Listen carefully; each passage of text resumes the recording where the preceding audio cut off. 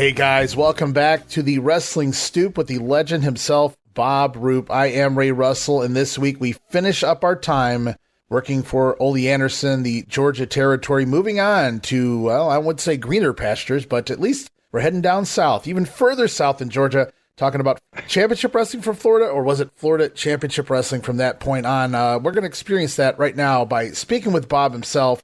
Ladies and gentlemen, welcome back. The man with the plan, the man of the hour, the tower of power, too sweet to be foul, baby. Here he is, the one and only Bob Roop. Well, too sweet to be sour. That sounds good. Hello out there, and hi, Ray. We've been chatting a little bit as usual before we went on the air, but good to be back with you. And thank you, folks out there who are listening. It's good to be back with you too. Onward and upward. Yeah, you know, Bob, a couple weeks ago we were scheduled to have a show drop, and I simply made a quick announcement that you had an ailment. I believe I actually used your exact quote, or however you worded it. I don't remember it now, but you had a lot of people reach out and say, "Get well, Bob." So I guess all the praying and the thoughts and the positive vibes and whatever the people believe in out there, I guess it all paid off. And of course, whatever you were doing on your end, I'm sure that helped too. Well, it's interesting. I one of the most, not important, but essential. Your health is your number one asset. Really, good mental, physical, and mental health is critical to your well-being. And you and I had been talking privately. I left something out. It took me 6 weeks to get an appointment with a pulmonologist, a lung specialist, because they were just so backed up on bookings. And I saw him this past Thursday, and I found out they give you a test. It takes about a half hour. You're blown into this tube at all kinds of different things. Anyway, I found out I don't have COPD. I've had the lungs of an 83-year-old person, but I don't have COPD. All the specs, and I mean, there was about 20 different ways they looked at the function, all these different kind of things, and I didn't understand every one of them, but all I knew that the numbers that I had were all in the range of acceptable. Good doctor made a dear friend of me believe me when she said, "Well, you know what? You don't have COPD," which my personal physician told me I did. So I was really happy to hear that. And the main reason why is because I can go back to working out again. I was worried about if I had a heart problem or a lung problem. The lung problem, if I worked out too hard, it would stress my heart too bad, trying to get enough oxygen to my muscles. So I was kind of leery about it. And I don't mean running a marathon. I'm just talking about anything which would make me, be breathing hard. It's nice to know that I've got plans, even though I'll be 83 in a month. I still have a lot of things I want to do. And so I want to share that good news with you, Ray, and with everybody else out there. Anybody out there, if you've got problems, my very best wishes for you.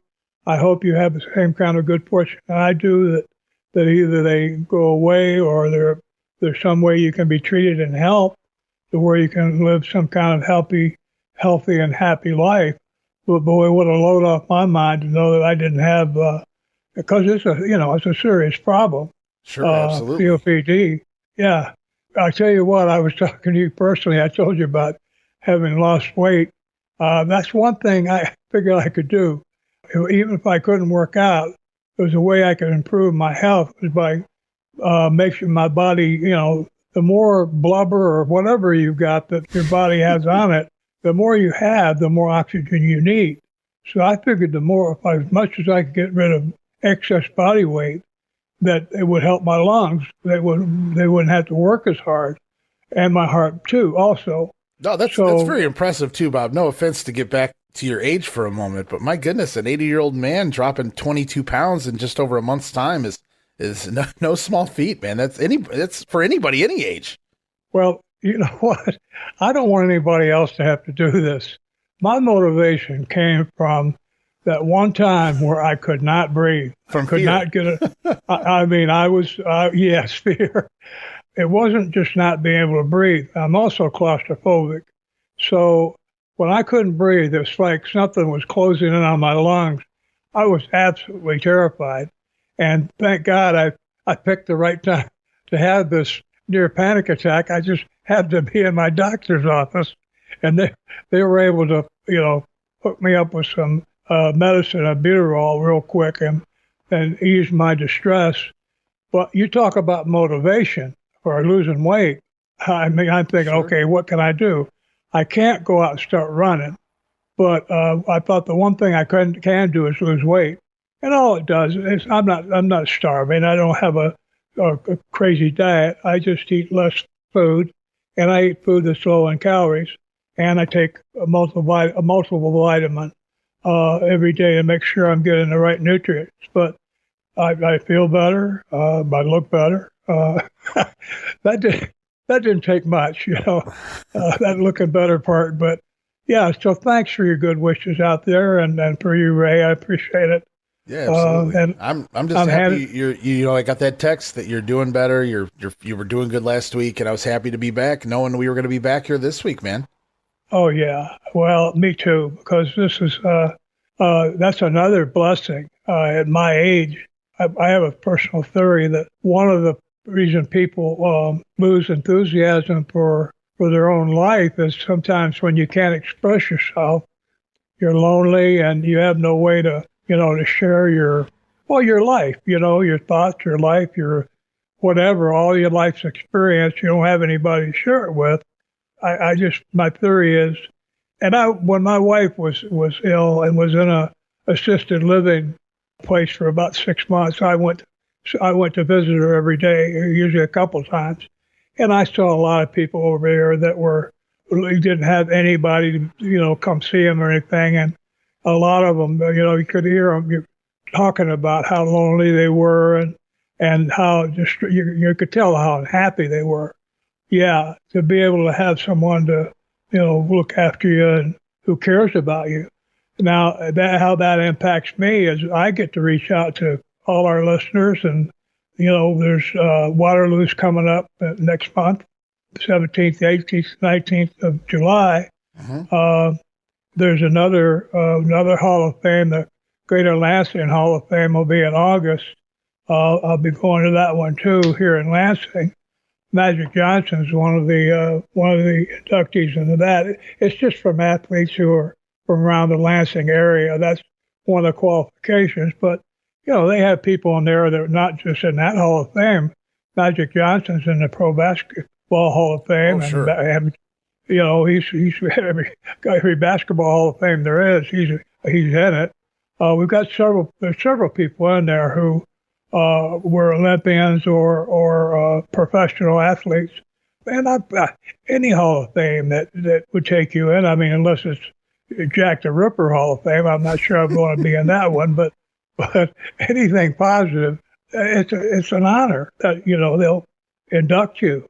You get to be I can go to a banquet, and Magic doesn't show up every year, but when he does, if he does, I'm going to act like a real Mark and get his autograph. Yeah, so absolutely, man. Why not? Hey, we're standing this close to one another. You may not know who I am, Magic, but why don't you sign this for me anyway? Because I grew up on Magic and Larry Bird, man. It was good stuff, and of course, Jordan slid in there as well. So it was a great era of basketball. Oh, wasn't it? Oh yeah. But we've been talking about a lot of fun eras that you've been a part of. A lot of great encounters and storylines and angles and matches and things like that all through the 70s. And now we're coming close to the end of your run as a professional wrestler in the ring, but you still got one more story to tell. And after being Olympian Bob Roop for so many years, I do believe before we finish this episode, we're going to get to the story of Maha Singh. So we'll put that out there right now, guys, for later in the episode. So, wow, talk about a 180 in character change, man. It's and what it was supposed to be and what it eventually became instead. We're going to get into all of that. Hopefully today we'll have time to tell that part of the story. But before we get to Florida, I do want to finish up Georgia. We don't have a whole lot here, Bob, but I wanted to read one last little excerpt here from Ole's book and kind of get your take on the end of Georgia Championship Wrestling, or championship wrestling from Georgia as we knew it. Okay. So we'll go back one last time here to the book of Ole Anderson. He says, we continued to promote through 1985. That would have been, I believe, into the summer of 85 he's talking about there. But eventually we had to pack it up. That was when Jimmy Crockett came down to present a deal to buy the promotion from me, Fred Ward, and Ralph Freed. Actually, the ones who were going to do the buying were actually Elliot Murnick and his brother Carl. Elliot used to promote Raleigh, Norfolk, Richmond, and some of the other towns for Crockett. Jimmy was going to run Atlanta, while Murnick would run Ohio, Michigan, and West Virginia. I don't know how many payments Ralph and Fred got, but Murnick paid me for a few months before the payments came to a halt. Things were getting tough for everybody by that time, and it was all a verbal agreement. Dusty Rhodes was booking in such a way that there was little possibility of Crockett making any money. Even if there were sold-out buildings, which was unlikely, they were still spending more money than they would be taking in. Crockett's promotion was a haphazard operation of the first order, says Ole here. He says, Ralph has been mad at Crockett and Murnick ever since. Ralph Freed, he says, if you even mention those names to him now, the only comment you'll get back is, fuck those guys, from Ralph Freed, says Ole Anderson there. Well, Ralph Freed, I don't know if Ralph's still with us. I hope so. I always liked and respected Ralph. He was he was a small guy. Compared to wrestlers, but he was a gentleman, and he was a class act. He was intelligent. He was pleasant to be around, and he was intelligent. You could have a conversation with him, and he was a stand-up guy. He gave you his word, or if he said something, you could count on it. So I didn't ever get to know Fred Ward very well, but Ralph, I certainly I saw a lot of him, and I enjoyed it. I enjoyed his company, and he was someone that, even not knowing very well, that you could ride in a car with, and within a moment, a couple of minutes, you'd feel comfortable because he was give off good vibes, and also the way he handled himself, and he was a good guy. So I don't, if he didn't like you, you had to do something pretty nasty. Yeah, I was just looking while you were talking. I was trying to look up Ralph. I found a Ralph Freed in Columbus, Georgia, which would make sense. Puts him at 89 years old. I can't confirm if he's still with us or not, but I don't see an obituary looking it up right now, though, so I can't say for positive either way. If anybody knows, send us a message. Let us know what's going on with Ralph Freed, if he's still with us or not. But yeah, he would be one of the last surviving territory promoters, if so. And clearly Ole trusted him. He worked with him. He took him with him to go see Jim Barnett. So Ralph Freed was kind of like another right-hand man of his in the business side of things here in Georgia. So it's kind of interesting to see his name pop up as much as it does, because when people talk to promoters, they kind of ignore Ralph. They mention Fred Ward, but you don't hear Ralph's name pop up a lot. But he was pretty prominent in that company, being the son-in-law, I believe, of Fred Ward, and working there with him in the 70s and obviously all the way through the end here. But this is basically it. Ole says, Jimmy Crockett came down. He made me a deal I couldn't refuse because, well, it was time to get out. Ole saw the signs on the wall, so to speak, and that was it. Done is Ole Anderson as a promoter. Jimmy Crockett taking over Atlanta and above and beyond Ohio, Michigan, West Virginia, etc. So he's expanding, to say the least, going to try to compete with Vince McMahon at this point. I thought it was kind of interesting what Ole said here, and I'm sure some of it was just the sour grapes as well, but kind of knocking Dusty Rhodes and his booking, stating that even if the building sold out, we would still lose money based on the way Dusty booked. Now, I'm not really sure what he means by that. Does he mean that he's booking too much talent? Is he paying? Yes. I can't say that he's thinking everybody's getting paid too much. So it's got to be more about the talent, I'm thinking. Well, the talent, there was another factor. He had talked Jimmy Crockett Jr. into flying. They were flying everywhere on a private plane, and that had to be, I think it was a jet, like one of those twin engine. And Dusty and his gang, I want to say, his boys. His boys would be on, and Jimmy Crockett would be on that plane. And if the money's coming in and you're not paying attention to how much money's going out, as long as that money's coming in, you're thinking, you've got cash flow. You're thinking, well, no big deal. Okay, maybe Crockett wasn't even paying attention to it because had always been being the son of a very successful one of the most successful promoters in the country, he'd always been accustomed to having plenty of money coming around. One of the things that Jim Crockett Sr. Jim Crockett Sr. didn't fly people around in private jets. No. You drove to towns, and if you were smart, because you'd be on the road 3 or 4 days, having to stay over in some weeks, you usually had at least 2 or 3 guys in the car with you to pay for the gas and pay for expenses and share a motel room with. Yeah, Jim Crockett Sr. would never have tolerated if Dusty demanded to be flown around in a private jet. Jim Crockett said, well, he would say, buy it yourself. Yeah, well, go ahead, Dusty. You want to buy one, go ahead. Certainly you must have a private fortune, because I don't think you're going to make enough with me to pay for it, but you might make some money, but not enough for a $1 million or $10 million jet. Now, so, with them expanding from the Carolinas and Virginia into all these other states, including all the way down south, eventually they're going to take over the central states. They're going to take over Florida. Obviously, at some point, a plane may become a necessity. Even Ole was using a plane, not his own private plane, but a plane. You guys were flying from Georgia up to Ohio, up to Columbus and whatnot. So it may have been something that was needed, but it wasn't needed in regards to purchasing your own plane or planes, as the case may be, and flying guys around, living the lifestyle, so to speak, is what this feels more like than a necessity at this point.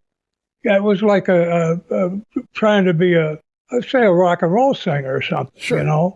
The glamorous life, not the life of the road that I was used to. And the business was changing. With McMahon had come along by this time, and a lot of the territories that were drying up, or the business had changed radically by this time. It hadn't completely changed, but it was changed enough that I don't know Jim Crockett Jr. well enough to make any kind of a judgment on his intelligence or anything else. But personally, my opinion was that he fell under Dusty's spell of Big Dust and the glamorous life. Motion pictures, baby. Motion pictures. Yeah, and Dusty was a very engaging character. If he liked you and whatever, he could make you feel special and be in the company. He was a star. I mean, the guy had charisma. He had drawing ability. People liked him. The people would pay to come see him. He was a moneymaker, but he also spent a lot of money. A lot more. He spent a lot of Crockett's money, let's put it that way. Yeah. I think probably old man Crockett was rolling over in his grave with some of the stuff that was going on, but that's life. A lot of times, the children of very successful people are not anywhere near nowhere near the kind of success that their father did. Well, I certainly see that today a lot, just locally here around just the area I grew up in. Compared to a lot of people have passed away or retired, so to speak, and their children have taken over. And I've seen everything from restaurants to insurance agencies getting run into the ground because in comes their children who never really bothered to learn. I'm not saying Jim Crockett wasn't around, didn't learn. He kind of inherited it because it wasn't even his to begin with. Like, he took over after, and his name escapes me now, but the philanderer who had married Frances Crockett, I believe. John Ringling. Yes, Ringling, that's it. And he didn't last too long, I guess, so to speak. And so they had to call upon Jimmy, I guess, to kind of take that spot. And that's kind of where we wound up there. But Jim Crockett at this point was riding high. He was doing well. The Crockett territory, the Mid-Atlantic territory, had been booming throughout all of the late 70s into the early 80s. Of course, they had every talent you could think of come through there, from Ric Flair to Roddy Piper to Greg Valentine, etc. Right. So, I mean, they're doing great. And now Dusty's in his booker, and he's not done his angles to death yet, so they're still fresh, especially here in 1985. 86 is arguably the best year in Crockett history, at least of the modern day history, if you will, of the 80s and whatnot. National expansion history, I should say. So it's going to be a big boom to come there for the Mid-Atlantic territory. And now they're taking over Georgia. They got more states to work with. And now they have cable TV. That's the most important part. They took the cable from Vince McMahon. They paid him $1 million. And I think Vince was the only one that actually got paid. Crockett would make all these deals. According to Ole, he didn't finish paying Ole. I know he doesn't finish paying Watts because he's still paying Watts when he sells to Ted Turner. And I mean, there's a lot of these people that he made deals with that he didn't necessarily have to finish paying off, but Vince got his $1 million, but Crockett got cable. And you can argue, at least for the short term, for the next few years, that was the big boom. That was what really helped the Jim Crockett Promotions become what it would become over the next several years into Ted Turner taking it over and creating World Championship Wrestling.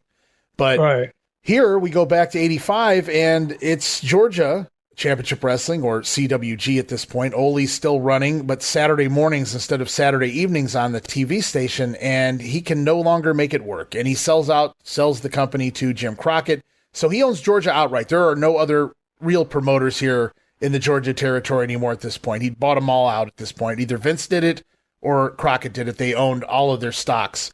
And so Bob Roop continues to get booked. But you had told the story in the past, and I wanted to share it again here because it's more relevant at this point in time, and maybe with a little more detail. I think we kind of skimmed through it last time you discussed it, but you talked about Crockett taking over, making the purchase, and then kind of calling a meeting of the boys. And I wanted you to set the stage and go back and tell that story, please. Yeah, we were all at the Omni. There was a place where all the wrestlers are big enough. The Atlanta Hawks played there, so they had a big dressing room for like the athletes to change their clothes.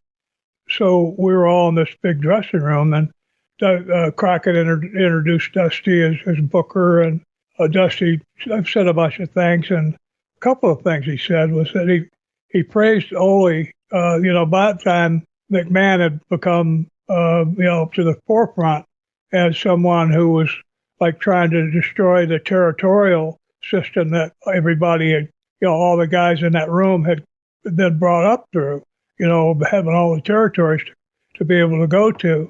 And that was changing. And so, but one of the things Dusty made this speech, and one of the things he said was that when Ole got bought out, when McMahon took TBS, and Ole had to struggle to survive. But he said the two guys that stuck with him were Bob Roop and Ronnie Garvin.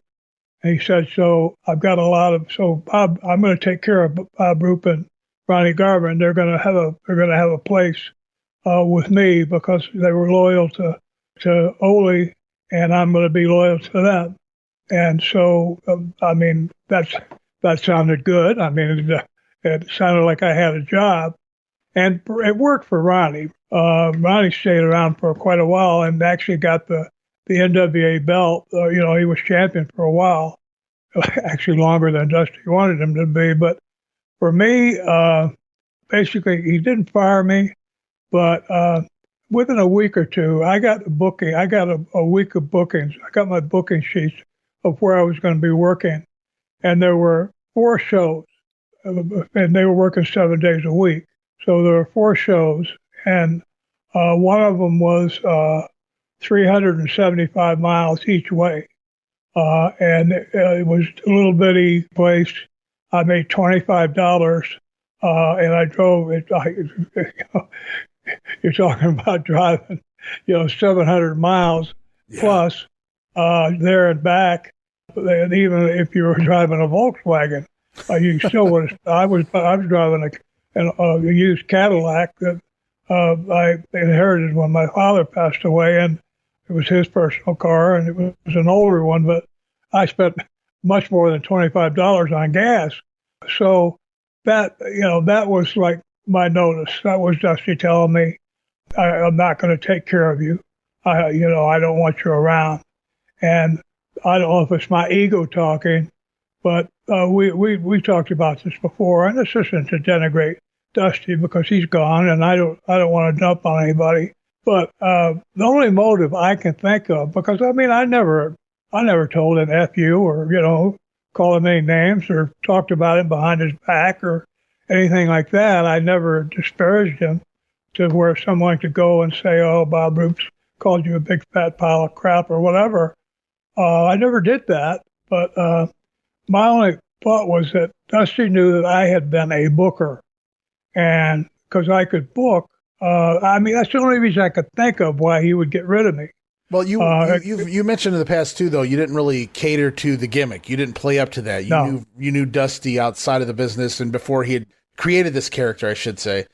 I wasn't there. I didn't live the times. I don't know Dusty personally, you know what I mean? So I can't really say, but it always felt to me like in this instance, if this was, you know, what went down in regards to him, that's what he was doing to try to get you to leave the territory. And I've heard other promoters or bookers do that to guys in the past who kind of, that was your notice without giving you notice, was give you the shitty towns, give you the small pays, make you drive to the backwoods 4 hours away, or in your case, even further away, and things like that. But I just, you know, it always felt like in the stories you tell is you always kind of try to talk to Dusty like a human being. And maybe Dusty was looking for a little more of, you know, what he got in the locker room for the other boys, which is like more of the placating and things like that. So I always felt like maybe that had something to do with it. Yeah, I agree. Dusty never turned off Dusty Rhodes. It's really, you know, his name wasn't Dusty Rhodes. His name was Virgil Runnels. Not quite as glamorous as Dusty Rhodes, but he never turned it off. I mean, he would be on stage. He used to walk around. Another thing, and I sound like I'm knocking him, but it just was so weird. He'd walk around naked with just his boots on, naked, in the dressing room, and walk up to you, be talking to you. You know, like I mean, he didn't get like within a foot and a half of. You know, you'd be sitting down. If you looked up, you were looking right at his junk. Well, I didn't. He didn't do that to me, but I saw him do it to a bunch of other people. I thought, well, that's really rude. It's presumptuous. What it is, it's inappropriate social behavior. But he thought he could get away with it because he was a big star. And I didn't, you know, he didn't do it to me. And I guess he realized that, you know, I wasn't going to put that kind. I mean, I never knocked him behind his back or to his face. If I was going to say something, I would have said it to his face. I think I told it on a previous episode. One time, I believe it was out in Watts territory. Seems like it was in New Orleans. For some reason, we were in a parking garage together. I can't remember why. Right, where he dropped his character. He dropped his character, yeah. Right, he talked to me like Virgil Runnels. He didn't talk to me like Dusty Rhodes. And maybe that's what he didn't like was that, and, you know, let's face it, the Dusty Rhodes character was because he could do the talk. Like you do a great Dusty imitation. He could do that talk in the dressing room and everything, and how cute it is and everything. You know, it'd be like Elvis walking around backstage, sure, you know, and talking to the rest of the people. Instead of talking to people, you say, hey, to the guitarist, he's singing songs back there. You know, it's like, wait a minute. You know, we have I always use the same one.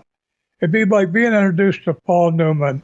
And you say, hey, Bob Roop, and you stick out your hand, and he says, Butch Cassidy, and sticks out his hand. Well, it's like, wait a minute, no. Aren't you Paul Newman? That was just a role you played. Well, yeah, but I really got over in that role, so I'm going to just keep that name. To me, it was just completely strange because the business was a work. And, that's why I drew that conclusion as well, because it just seems to me like anybody in that type of position who's doing, you know, what Dusty's doing in that instance, based on what you're saying, to me, it would be, I'm uncomfortable with people that aren't buying into this, right? Not necessarily like I dislike you because you're not, but you become, I don't want to say even an enemy, but you become somebody that's not part of my circle or people that I can feel comfortable around. So I got to do away with you, Bobby. And plus, you know, I mean, you got to get rid of some of the boys anyway. I mean, they're piling up talent at this point. And so naturally, Dusty's going to keep the guys that he wants to keep versus guys that he inherited from the Georgia territory, which is why not just you, but a few of you guys are pretty much gone right around the same time here. I'm sure you all got the same notice, if you will, or lack thereof, I should say, because you guys are making these small Georgia towns and things like that. And that's what I see. I've got results for you going into August of 85, but the last several are booked through just tail end of August to maybe the first week of September, but I don't have actual results for those, so I can't really say that you made those towns. You likely were gone before that. The last verified match that you had that I can find is August 11th, the Italian Stallion over at Bob Roop. He must have brought some of his mafia buddies with him or something, maybe. Yeah, Gary Sava. Yeah. You brought us something a minute ago that just made something click. You're exactly right, because Dusty doing his shtick in the dressing room, walking around naked just with his boots on, going up, That's the best going up, part. You got to have the boots on. going up and talking to people, and having people, talk back to him. We have a conversation with him while he's standing there naked. If you didn't accept Dusty Rhodes, it was actually, you'd be ridiculous. A ridiculous person. Dusty had a big fat gut, a big fat ass, and he had boobs. And it wasn't like his junk was, a world championship or something.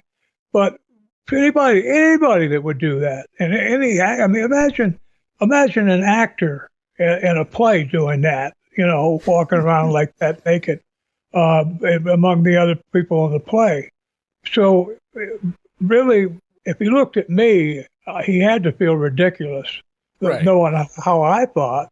So of course I had to go. Well, you're from that old guard. You're one of the last guys from coming in and right around Dusty's time in the business. So most of the other boys in Crockett at this point were younger than him, and so I don't want to say they looked up to him, but he had seniority, if you will, and certainly with his talent and being a main eventer and the booker, B-Biv, he certainly had all the power.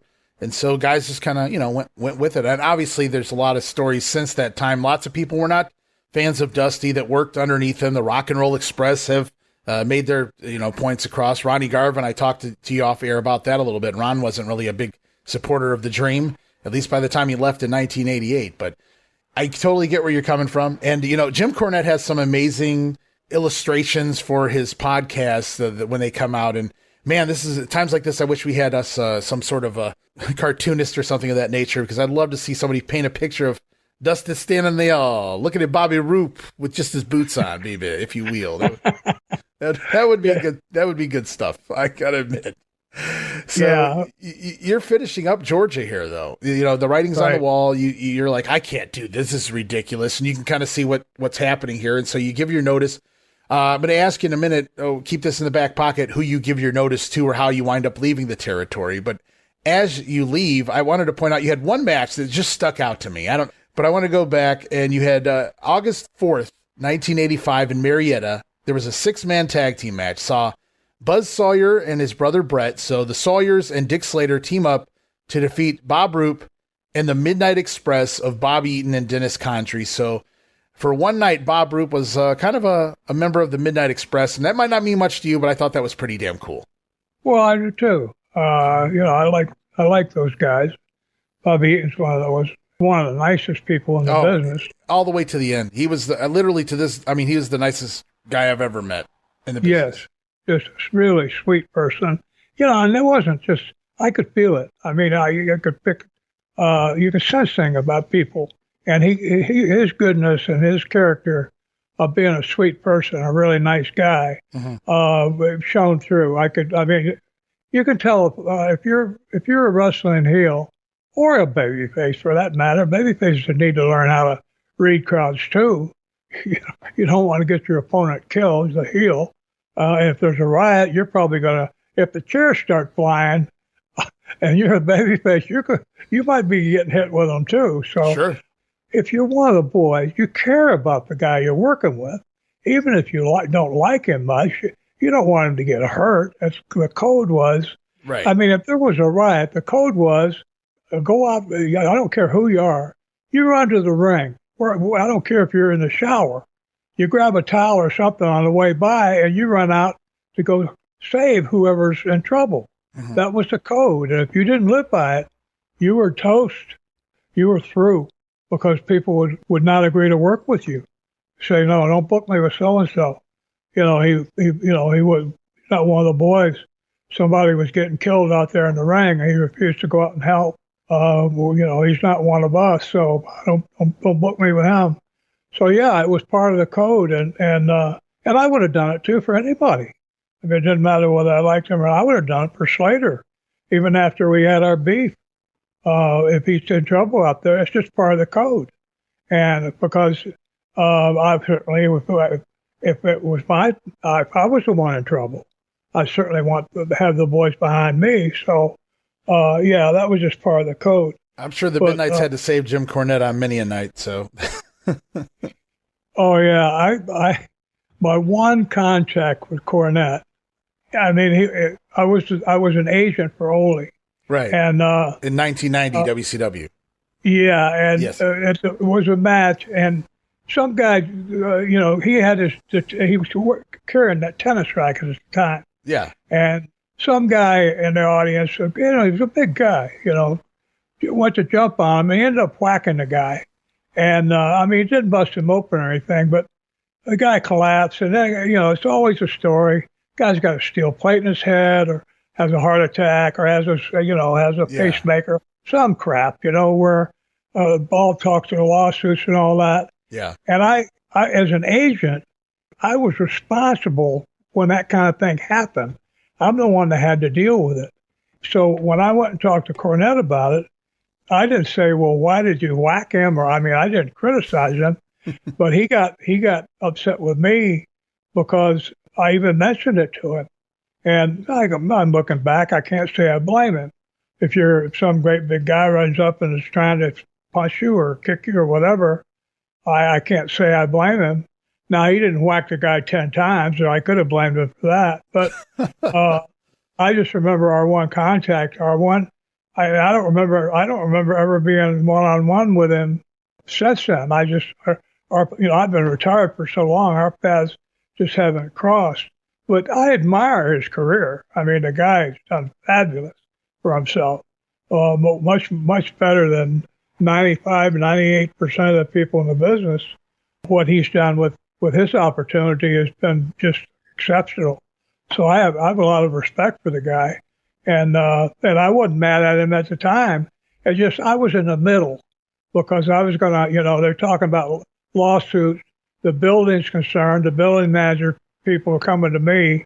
We're getting this incredible lawsuit and all that. So it was a problem I had to deal with. And, when I went to talk to Jim Cornette, obviously I wasn't happy, and I just was questioning him about it. I didn't see it happen, but when I questioned him about it, he got upset that I even questioned him about it. Mm-hmm. And again, looking back, I don't blame him. But anyway, that was Jim Cornette and upset in the same sentence. They just don't seem to go together, but I don't know. Oh, man. No, I just thought it was so cool that, before you leave, obviously some of the Crockett talent start, mixing in with you guys, and you wind up teaming with the Midnight Express there against the Sawyers and Dick Slater. Just like a really fun matchup. And that's the last month you're there with the Georgia territory, or with Crockett at that point, I guess you could say. That last week where I had that 750-mile trip for yes. $25, I gave my notice, of course. And okay. You know what? Maybe I worked a few more shows. I don't really remember, but I do remember being really. So I was 43 years old, and that's not old in wrestling years, but I'd been wrestling since I was 13 years old, as an amateur. Mm-hmm. So I've been around it a long time, and to me, to be out of work, I didn't have a lot of friends in the promotions because of my two attempts to try to, with Roy Shire and Ron Fuller. Right. My two attempts to, go opposition had not endeared me to promoters, so I didn't have. But in Florida, now what happened is it was about this point in time that I hooked up with Kevin Sullivan. You want to go into that now, or you want to wait? Yeah, absolutely. Just one quick question in regards to giving your notice. Who do you have to give your notice to in this instance? Was it Jim Crockett or was it Dusty Rhodes? I think Sandy Scott was running one of those last shows. Okay. He was like an agent for Dusty. Yeah. And I think I told him. Yeah, Sandy worked for Crockett as well, so that makes sense. Yeah. I remember when he was an agent, because as an agent, your management. And when he was one of the boys, I went to Japan with him. Mm-hmm. One of the friendliest, funniest guys, friendly to be around. When he was an agent, he couldn't be that friendly, right? Because he might have to fire you. He might not. He might get orders to fire you. He would be the one that had to tell you. Yeah. So he had some reserve. He wasn't smiling much. He wasn't making jokes. he was very serious. And then a few years later, or not many, many years later, when I started going to down to Mobile to the Gulf Coast reunion, Sandy and Ronnie Garvin Sandy Scott and Ronnie Garvin would drive over together from the Carolinas. Ronnie was living in Charlotte, I believe, at the time, and so they would drive over together. And he was back to being a, hail fellow, well met, friendly and funny, and just the friendliest. But I do remember at the time when he was an agent, he was like I was as an agent. You just couldn't be one of the boys because, again, you might have to fire people, even though you weren't the one that made the decision to fire them. You're the one that had to give them the news. So if anybody's going to get punched out, it's going to be you. I'm sure glad I hadn't to give Sid Vicious his notice. I think I would have done it by telegraph. Hey everybody, Gene Jackson here, inviting you to check out the Retro Wrestling Review, where each week I'm joined by some great co-hosts who help me review classic episodes of USWA Championship Wrestling, and right now we are doing week-by-week reviews of 1993. But we don't just do reviews, sometimes we get a chance to interview some of the people who were there and lived it, plus do watch-alongs. It's a lot of fun, so check out new episodes that drop every Wednesday at WrestleCopia.com, and to find links to everything associated to the podcast, you can go to USWApodcast.com. Hey guys, Ray Russell here, curator of the WrestleCopia Podcast Network, inviting you guys to listen to many of the programs here as part of the WrestleCopia brand, including, but not limited to, the Wrestling Memory Grenade, currently covering the 1988 and the WWF project. You can also listen to the Regional Wrestling Podcast, where we talk the territories. You can also listen to the Wrestling Stoop with the legend himself, Bob Roop. But that's not all. You can also check out the Puro Wrestling Academy with the professor of Puro Resu, Mr. Dan Ginnity. Dan and I go back in time and cover the history of Japanese professional wrestling in the English language. And you can listen to all of those shows and more, all part of the WrestleCopia Podcast Network, located over at WrestleCopia.com. That's WrestleCopia.com, and anywhere your podcast streaming needs are met. And while you're at it, why not subscribe to our social media guys for all the latest goings on here at the WrestleCopia Podcast Network. Plus, I'm constantly adding old school video clips and pictures from throughout wrestling history. You can follow us over on X, formerly Twitter, at Wrestling Grenade. That's at RASSLIN Grenade. Also, follow and like me, Facebook.com/Wrestling Grenade. And why not subscribe to YouTube.com/Wrestling Grenade. And of course, now would be a fantastic time to become a WrestleCopia patron over at Patreon.com/WrestleCopia. That address again, Patreon.com/WrestleCopia, where you get so many gifts, including all of my insanely detailed show notes for every episode of The Grenade Show, Regional Wrestling, and the Monday Warfare podcast. You'll also get early access to a lot of the podcasts here on the WrestleCopia brand, where you can listen days and sometimes as much as a week earlier than the rest of the listeners. But that's still not all, guys. You also get at least a dozen digital downloads for your viewing and reading pleasure each and every month, plus random bonus video drops, and of course, the Patreon exclusive watch-along series covering many past WWF and WCW events. And if that's not all, videocasts, also now a part of Patreon. No subscription, cancel anytime. Give it a try for a month, guys. I think you'll like the content that I offer, and every penny of it goes right back here into paying the bills. So if you're looking to support that next up-and-coming podcast brand, please consider making it WrestleCopia. Help me pay some of the bills to keep the WrestleCopia Podcast Network and all of the great shows here up and running for the months and the years to come.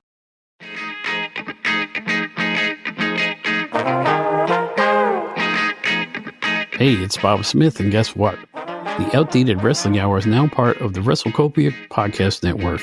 But hey, no fear, you're still going to hear the unique guests, comedy, music, authors, journalists, funny people. Who knows who's going to end up on the Outdated Wrestling Hour? Remember, it's all new and all old. So check it out in the WrestleCopia Podcast Network and wherever you get your podcasts. Listen if you know what's good for you. I remember, not even now, I remember really being down in those days. I was looking at my career. I hadn't been smart and saved my money. I had money. I wasn't broke. I had a good relationship, my personal relationship with my wife, Molly. I had a good emotional, but career-wise, I think I was kind of burned out. That episode with Ole, with going opposition, with McMahon taking over and us having to struggle, go from being like a Major League Baseball team like the Atlanta Braves to being like a AAA team, down in the minor leagues. Now, I want to go back to the point. I was listening to one of our last shows and talked about Ole going back into business like almost overnight after Crockett took TBS from him. Ole being back on the air with a show that we taped in Macon, but being back on TBS within a week or two. About how smart that was, because extrapolate that now, even if he ran it for whatever it was after that, a year and a half, however long it was, even if they didn't make a lot of money, even if he just broke even, he had something to sell when he sold it to Crockett. Wasn't that who he sold it to? Well, technically it was to, I guess, Elliot Murnick, he says, but that's Okay. part of the Crockett promotions, yeah. Okay. Well, do you know what he got for it? No, because he made a comment that it was just a verbal agreement, and after a few months, the payments stopped coming in. So whatever he was promised, he never got anyway. Well, he got something anyway. I'm sure he might have got something serious up front. But if he hadn't done that, if he hadn't, gone back and created a new company or a different company, he wouldn't have had anything to sell. So, he was a smart businessman, if you look at it that way. And then he went back on, he still had a lot of, drawing power as a talent. So, he was relatively, Ole and I were within a month or so in age together. We're very, very similar in age. He could go back to work. He went and did the Four Horsemen thing and was back making top money right away. Mm-hmm. And then he got another job when he was working for Turner. Yeah. Yeah. So, and I came back to work with him again. So, yeah, but at the time, I remember feeling really low about what had happened, going from, being on worldwide TV, or not worldwide, but TBS. It went everywhere. Man, cable, man. It's the entire. It encompasses the entire U.S. at least. Yep. And then to just being out of work. And that's when Kevin Sullivan approached me. I didn't go to him. He came to me. And he had this idea. He had an idea. He was doing a Prince of Darkness thing. And he was already with Nancy. Kevin came to me with this idea for Maha Singh. And sounded like the best idea in the world. The idea of shaving half my head, half my beard, and mustache and all that. If I'd had a hairy chest, I would have shaved that. Thank goodness I didn't. I would have had to shave my chest too, I guess. But I was trying to actually physically look like two different people. If you look from one side, it looked like one person, and you turn the other way, it looks like somebody completely different. Because Maha Singh was supposed to be not just Maha Singh, he was supposed to be Bob Roop and Maha Singh. That character posed to me one of the greatest opportunities in the world, because you're your own tag team, and you can go. The idea was I could go from one to the other. Sometimes Maha would be in charge, and then when he was in charge, you talk about meat chopping and snarling, slobbering, and all that, blood and guts. And Bob Roop was going to be a babyface. Bob Roop was going to come back and be but in order for that to work, what happened is for some reason, we went to Atlanta, I think, and we did it was actually taped, where apparently I had fallen under the spell of Nancy. I was besotted with lust or whatever, and I was so enamored of her. She had actually had me in a state of just absolute euphoric bliss where I would do anything she wanted, and so we did a deal where she was talking to me and all that, where in fact she might have been the one who shaved my head, where I actually got half my head shaved and half my mustache. That was taped.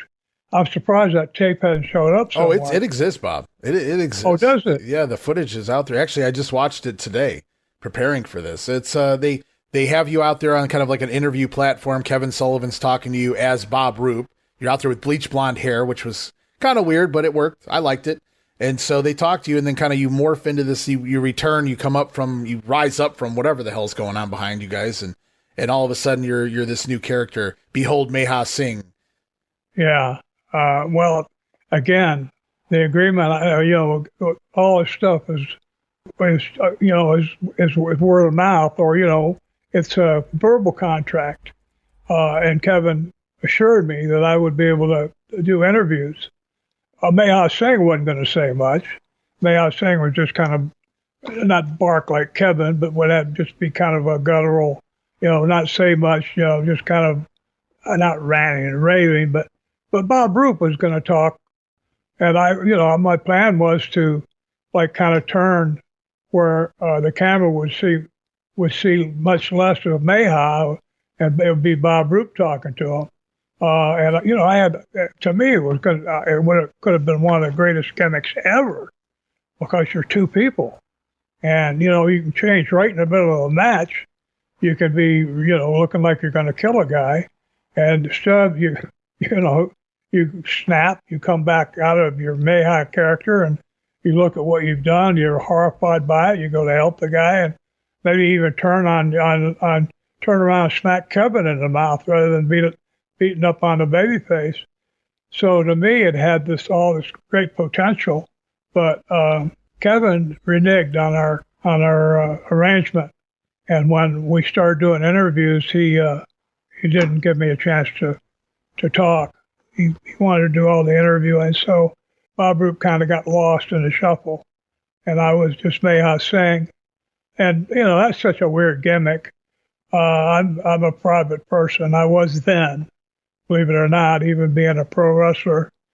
I enjoyed my privacy. So, you walk around in public. If you're going to do the gimmick, I didn't walk around with one of those handkerchiefs over my head where I was covering up.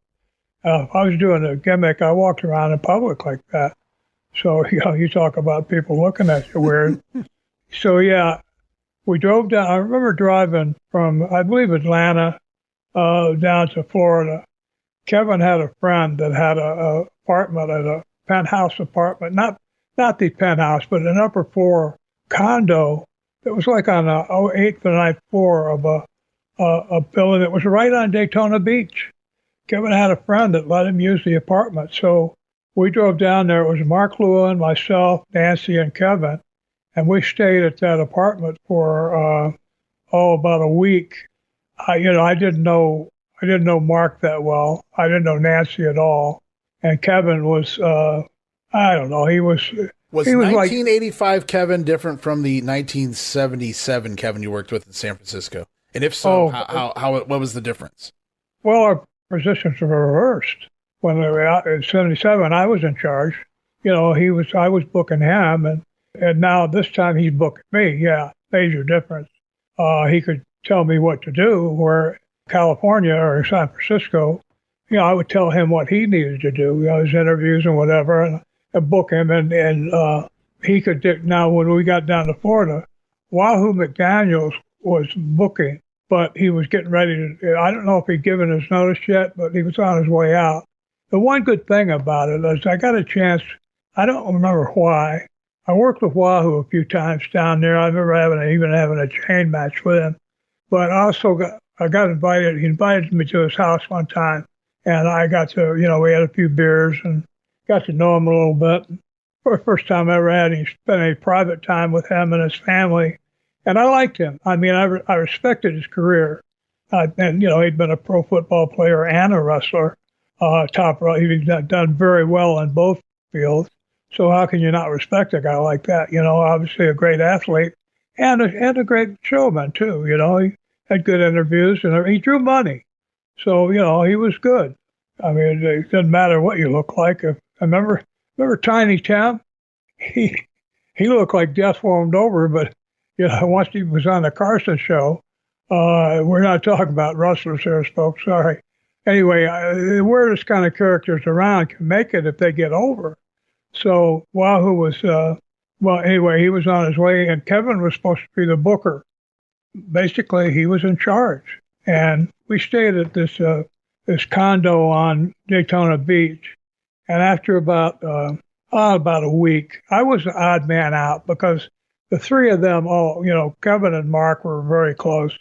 And Nancy, of course, I don't think she and Kevin were married yet, but obviously she was with him. Right. I was kind of a third man out, and don't get me wrong, it wasn't like I was Mr. Squeaky Clean, but let's put it this way. There was a thing called crank, which I think was THC, that was what they were using at the time, and that stuff was just horrible stuff.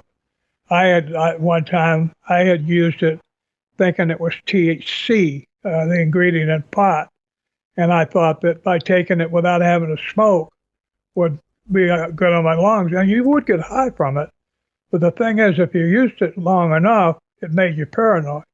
And I mean paranoid to the point where you're afraid to go out of you want to go hide in a closet. A paranoid, just absolutely freaked out paranoid. And they were using that stuff. I didn't want to get involved in that. Kevin and the three of them would go work out in the morning, and I didn't want to go with them. So anyway, within about a week, I had my own car. I drove to Tampa, and I got a motel room. And I stayed in a motel about a week. And you and I were talking about Len Denton, the grappler. He was there at the time. He was getting ready to leave. I had met him when I was working with Watts. He asked me if I wanted to take over his apartment. And I was just able to take over his apartment just by walking into the office together with him and signing something. Made it real easy to have a place. I said it to you privately, I think, but staying in a motel when you're a wrestler, when you go on the road, like you have to travel and stay overnight somewhere, you have to stay at a motel. But to have to stay at a motel in the town where the office is, oh, what a terrible! I mean, you don't have a home. Getting that apartment was a big deal. And within, I don't know, a couple of months, a month or two, my wife came down, and so I had a home there. But what happened? I can't remember how long we'd been there. But the Maha Singh gimmick was the Maha Singh Bob Roop thing was dead. It wasn't going to work because Bob Roop had basically just disappeared. So one day at my apartment in Tampa, knock on the door and open the door, and it's Hiro Matsuda. And Hiro and Duke Keomuka are, Eddie Graham has passed away. Right. He killed himself. And Hiro Matsuda came in. He didn't say anything except he said it was Tuesday and TV was on Wednesday. And so it was Tuesday morning. He came over and he said, can you have a TV made for tomorrow? And I said, of course. What had happened? Let me say, I left out something. Okay. Kevin started booking himself and Mark. He'd also brought in Ken Curtis. He had started booking those guys with, I want to say, Mario Savoldi, I think is who it was. Up in Jersey and whatnot? Yes. Okay, and he was going up there. And he was going up there and, leaving, taking himself and Mark and King off of the Florida cars. I mean, major guys. Right. And taking them up north. He was like that. So apparently he was up there with Savoldi, and he was supposed to be the booker. He hadn't called Hiro to let him know what the TV was going to be. Oh, wow. So here it is Tuesday morning, and Hiro is the kind of person that Hiro wanted to know like last week what next week's TV is going to be. Right. So he asked me, he said, can you have a TV by tomorrow? And I said, yeah. So by the time Kevin came back in town, I was the booker. He didn't guess what? He didn't like that very much. I'm not saying I had any hard feelings in my, because, why carry him around? But he lost it. I know Mark's still around, and I don't want to go too hard on Mark, but or Kevin either, or Nancy for that matter. Well, you straight up named, what they were doing at the time, which Crank was actually what commonly now at least is known as crystal meth. That's not something to be there. You. Yeah, I can see where, the addiction and the just kind of whatever. And now, again, I know you're not trying to trash on anybody here, but just, it was wrestling and guys were doing a lot of things and they were getting into things and getting out of things and getting into something else. And it's just right. like maybe a binge time period where they were trying something that was relatively new, at least to my knowledge anyway. And so, yeah, I mean, to book yourself, to outsource yourself, try to get a couple more bucks. Especially by the mid '80s, I get it. Especially working, in Florida, it's not the booming Florida that it was back in the 1970s and whatnot. So I kind of get what Kevin's doing there, but to just take yourself off the road for the territory in which you are the booker for, and take some of the top boys with you to go work somewhere else. And IKEA at that point, he wasn't even wrestling. I think he was just managing them or something. But I mean, to do that with Lewin and himself and completely forget that, oh shit, there's TV to be done on Wednesday and I haven't even gotten back to Hiro with, what we're doing, the format or whatever. So right. I could see where, Hiro, he has had stock in the Florida territory going back to, I think, the late 60s, him and Keomuka. And, they were like the two primary stockholders next to Eddie Graham. And of course, Eddie Graham, like you said, in January of 85, he kills himself. And so they automatically take over. They're not the only ones who hold stock. There's some minority stockholders. I believe Skip Gossett was still alive at that point, which was Eddie's brother. He had some small points there. Dusty had a few points. Buddy Colt had a few points, but it was Keomuka and Hiro Matsuda who were basically the promoters, so to speak, at that point in time. And so you say Wahoo was in, Kevin got the book after Wahoo, and then Kevin's kind of just doing his own thing. And for better or worse, even if he had come back Tuesday evening and said, here you go, here's the format, it was too little too late, I guess. Yeah, and let me add something. Matsuda and Duke Keomuka had both mortgaged their homes. They'd taken a second mortgage on their homes. Right. To borrow money to put into championship wrestling to keep it going. So, I mean, it was dead serious with that. Yeah. Yeah, it wasn't just their business. It was everything. It was their investment. It was everything to them. I totally see where you're coming from there. I don't know the exact figure, right? But it was some serious money. They were worried about keeping the company going because otherwise they had no income at all, or at least not from that. They might have had some other things going. I don't know. But so, yeah, when Kevin and Mark got back, I tried to talk to Kevin, but he didn't want to hear it because I was his boss again. And so within, I think the next TV he was on, he did a thing with Steve Kern where he had his back to the camera and Steve Kern was on the other side of him. He had Steve Kern pull his tights down, his trunks. So it's just his bare ass sticking out at the camera. And then he pulled his tights back up, and that was on TV. Now, you have to edit that.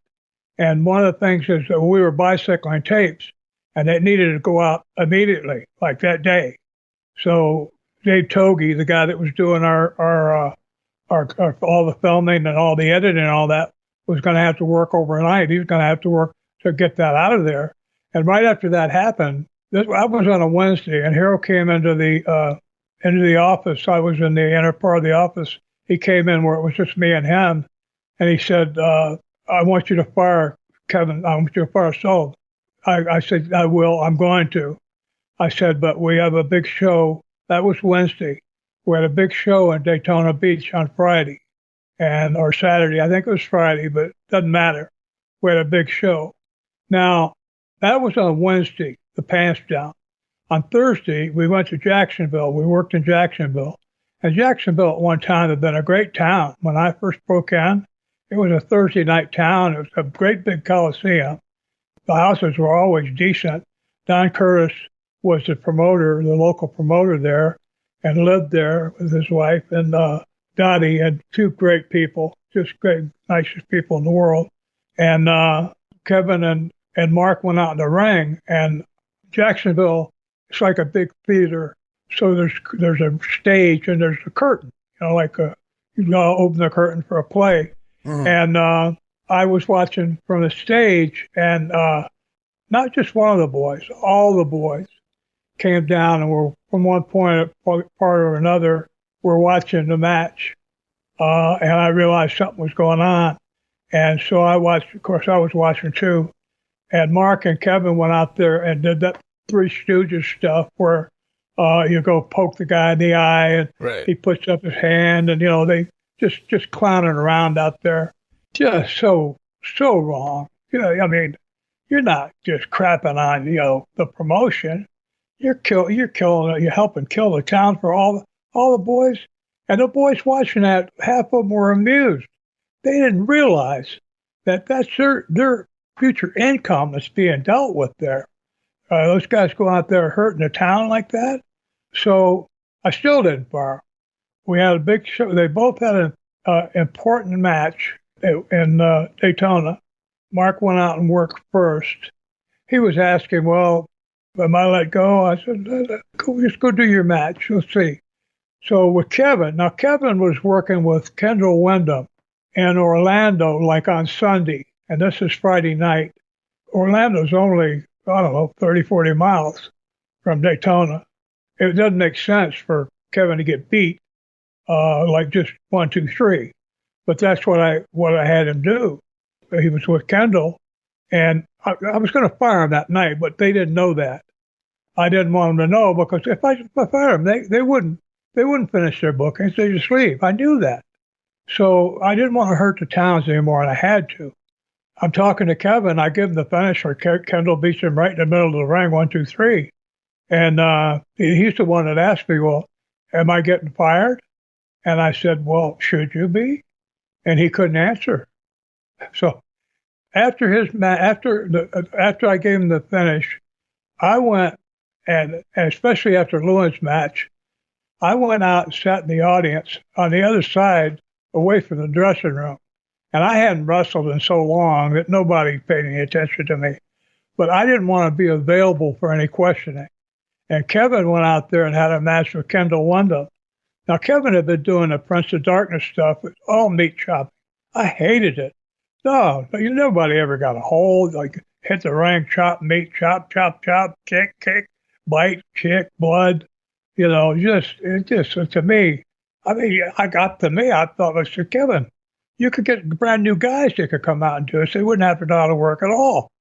But that was it. That was what he wanted. Well, anyway, he went out with Kendall, and instead of doing the meat chopping, he had a match with him with like high spots and, wrestling and, hit the ropes and take tackles and stuff. They hadn't done, I hadn't seen him do for ever as the Prince of Darkness. He had a good match with him. And of course, Kendall beat him 1, 2, 3. And I met him at the hallway leading to the dressing room. I was there waiting for him. So he came in. I said, and I'm sorry, sounds like I don't mean to be cruel, but I couldn't help it.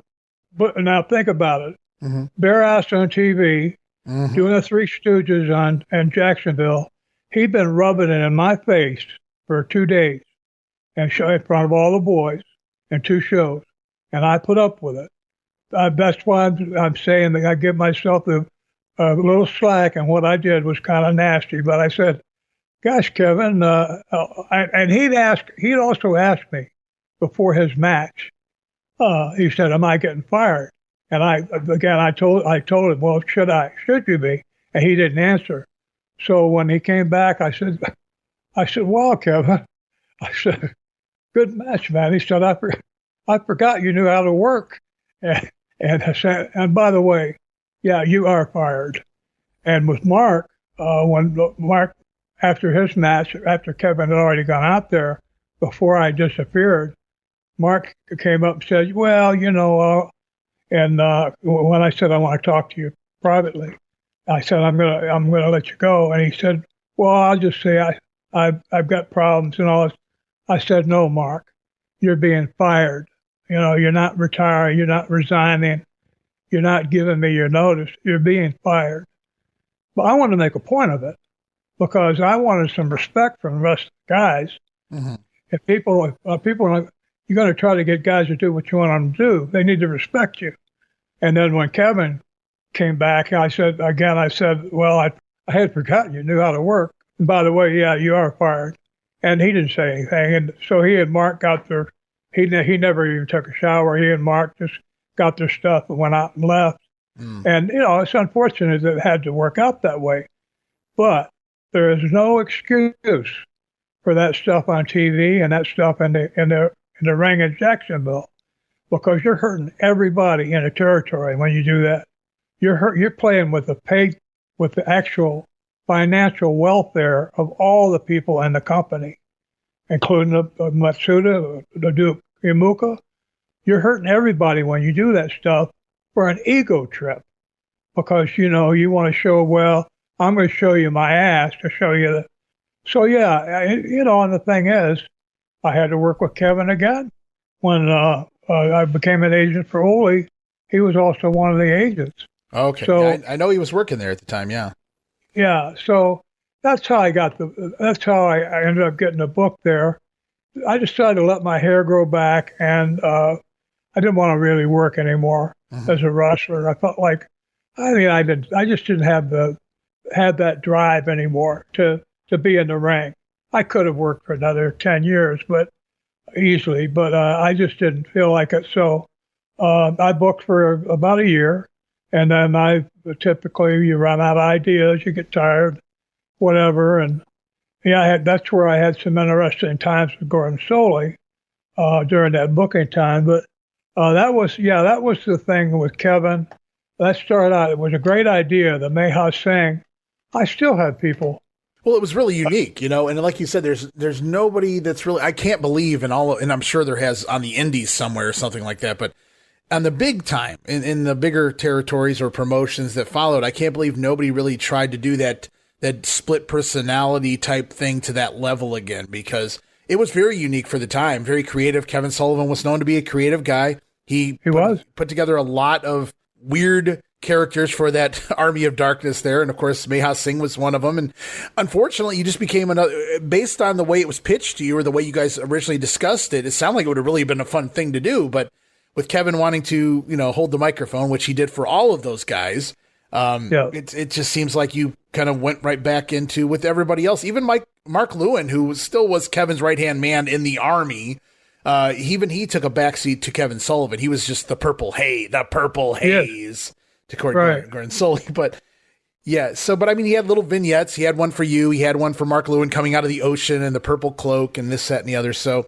he was creative, no doubt about it. And that gimmick got over to the point where everybody for the rest of his life, for better or worse, believed that Kevin Sullivan worshipped Satan, So, yeah, because he was the devil, baby, the devil. Well, yeah, having been retired for so long, and I think I've said several times that the first 10 years after I retired and I was raising my boys, I didn't watch wrestling, not for any dislike of it. It's just that, I spent 15 or 20 years living it, being in that bubble that you created for us. And, I was out of it now, and I was in a real life. And I didn't watch a lot. You know what I watched? I watched Barney, the dinosaur, and Mr. Rogers' Neighborhood with my kids. Yeah, absolutely. Yeah, with my kids. And I love those shows. Flipper, oh yeah, with my boys. And what a great life. Those were the best 10 years of my life, was being Mr. Mom with my kids. Yeah. And we're still together. So, that really paid off. But what I was surprised, and happily so, was that Kevin really, really did accomplish a heck of a lot. I see all these places where I had no idea that the booker is Kevin Sullivan, here and there and all these different places. And I'm not surprised, because he did have a good mind. He lived wrestling and he thought about it all the time. And so he was very creative.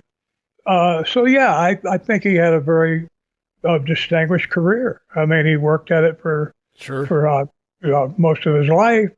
I remember the last time I saw him, I think it was in Charlotte. he was still showing up and being praised or being recognized as someone who, fans wanted to, get an autograph from or a picture or whatever. In that light, I gotta take my hat off to him. He had a great career. I think that I helped get him started with the thing, because I called him to come to California to be part of the thing that we created that got the Cow Palace rocking. Mm-hmm. And then the thing in Florida, it was interesting working that gimmick because you didn't have to do anything. You didn't have to even think about your match just to finish. You didn't have to think. You're just gonna go out there and chop meat. Oh, it's a night off, really. I mean, you're not going to sell a whole lot. You're going to take a few bumps, but at the end of the day, you're the heel. You're going to get the majority of the offense in. You're going to just club down on a guy. Lots of punching and kicking, so to speak. At least that's what most of those guys were doing there in that time frame in those characters. But it's still interesting that you go from an Olympian and you just kind of embrace this completely different character. I mean, it's like I said, a 180 from everything you had been up until this point. You'd been a heel Olympian, but you were still based on amateur wrestling and being touted as one of the better technical wrestlers, so to speak. Even as a heel, you could get a guy on the ground and kind of do whatever you wanted with him. And here you're just something completely sort of a mind-washed being. And now, I can't fault you for being, lust in the eyes with Nancy there, but it's a fun storyline. The videos out there. I encourage everybody, if you, like you said, just punch in the name Bob Roop on YouTube. It's within the first half dozen videos. Kevin Sullivan does a little interview there, brings out Bob Roop. You guys kind of have a conversation, and voila, Maha Singh is created. There's even another fun promo where Coach John Heath has you out. He's going to try to talk to you, and Kevin comes out and corrects him. No, this is not Bob Roop anymore. This is Maha Singh. So they get you over initially. You can see there's like some build, there's some anticipation to do something more with you. And then you just kind of, just like the rest of that crew, you just kind of fall in line with all the rest. You guys are, I don't want to say interchangeable because they keep, Mark Lewin's always Kevin's number one. And you're seemingly Kevin's number two when you look at the tag matches, the 6-man tags and things. But there were some other guys that came and went as well in part of that army of darkness underneath you guys. But we got Luna. We got Luna too. Luna does come in. How awesome was that? Luna with the snake and just the great entrances. And I saw a match, and I'm so glad you brought up Luna because I was going there too. I was looking through your time as Maha Singh, and on February 1st, and I'm going to butcher the name of the city, by the way, Immokalee, Florida. All right, say it right for me, Bob. Do you know the name of that, what I'm trying to pronounce here? Immokalee, Florida. Thank you. I knew that I was going to butcher that. That thing. might not be right, but it's close. It's better than what I said. It is. And I'll openly admit that. Mixed tag team match. This is fun. Maha Singh teams with Luna Vachon in the ring to take on Hector Guerrero and a lady by the name of, Lady Maxine. Do you remember working or being around Lady Maxine at all? I met her last year in Orlando, and she's just a ball of energy, and she's a really big girl, punk rock gimmick, had the mohawk and things of that nature. Do you remember working with her at all?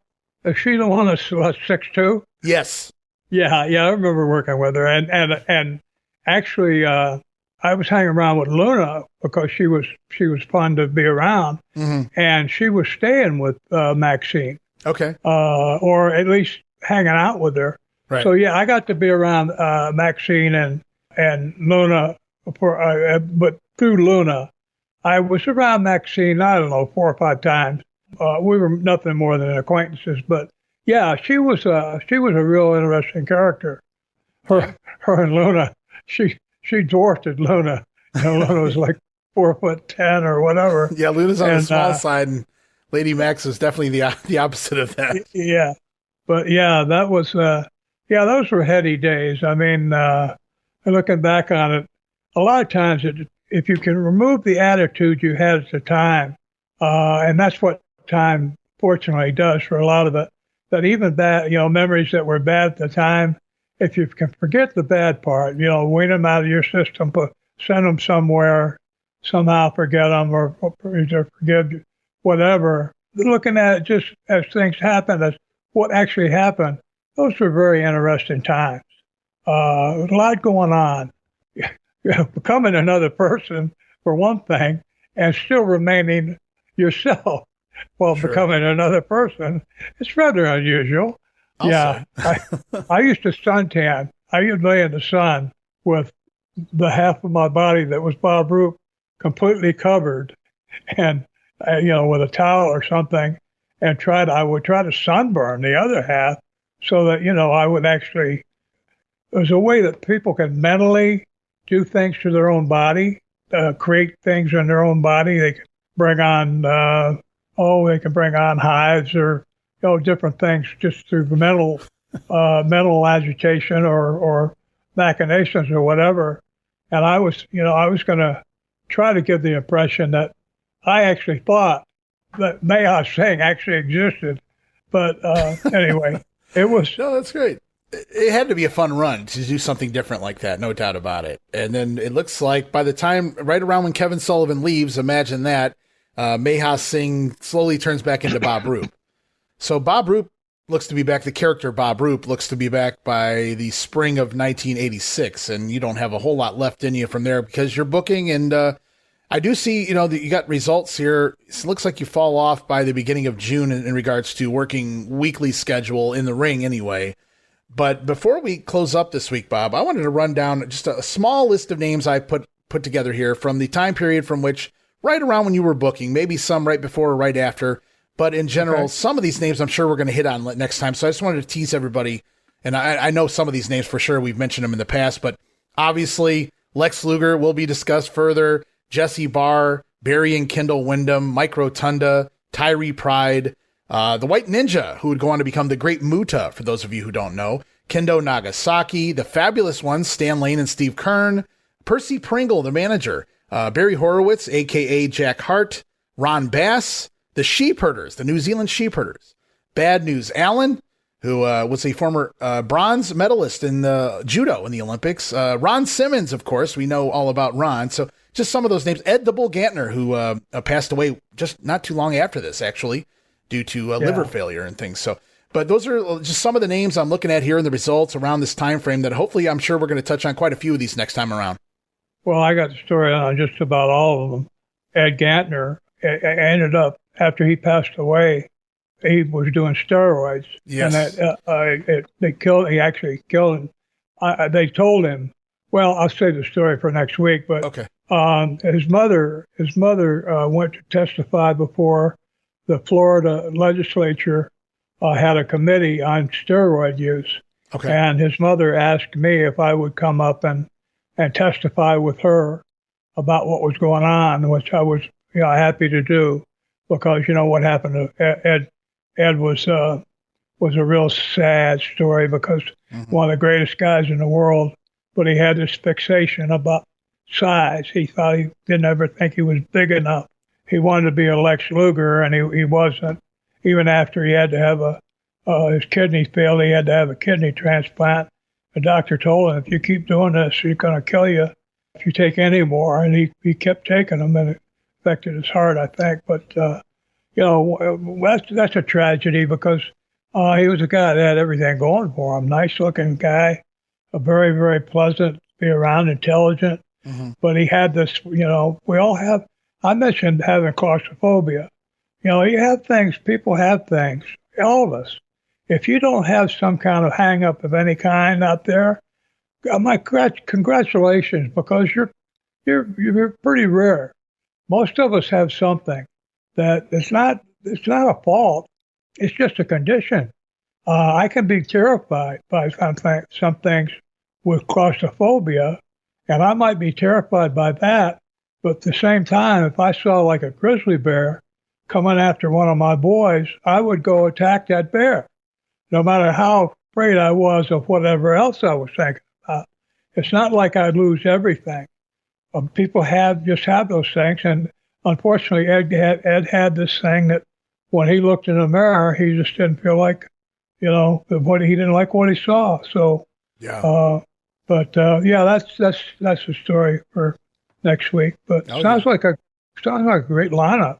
Yeah, it's amazing how many guys came through there during that time period. A lot of people don't look fondly at that era of Florida because it was no longer the boom period, right? Like everything had kind of died down, of course, Hiro and Duke just trying to stay in business here, and they can't maintain some of this talent. They wind up getting called up by Vince or going over to Crockett, but as they're coming through, you're utilizing them to the best of your ability, and just a lot of fun matches I'm looking at here and a lot of great names to get into. So looking forward to that next week on the show, Bob. I want to thank you so much. If you want to hit on your upcoming trip to Waterloo again, that would be a great way to end the show.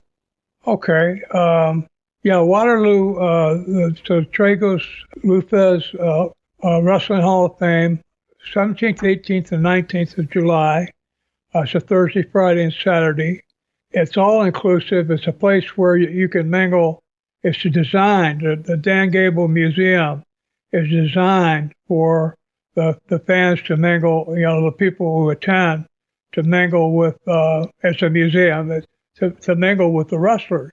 Mm-hmm. And the wrestlers are in and out of there all day. Plus, the place that most of the wrestlers stay, or the Hall of Fame, comps the members, the guys that are already in it.